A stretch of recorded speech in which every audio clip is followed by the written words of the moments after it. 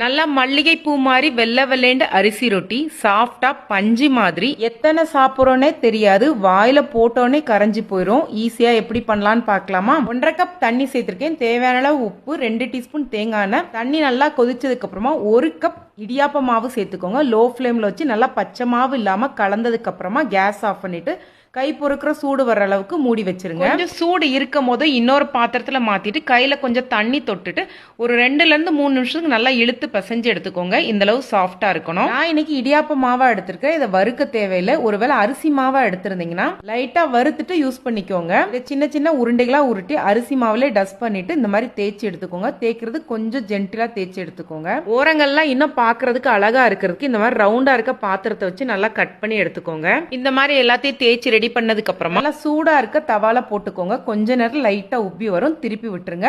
மேல இந்த மாதிரி லைட்டா அழுத்தம் கொடுத்தீங்கனாலே நல்லா பூரி மாதிரி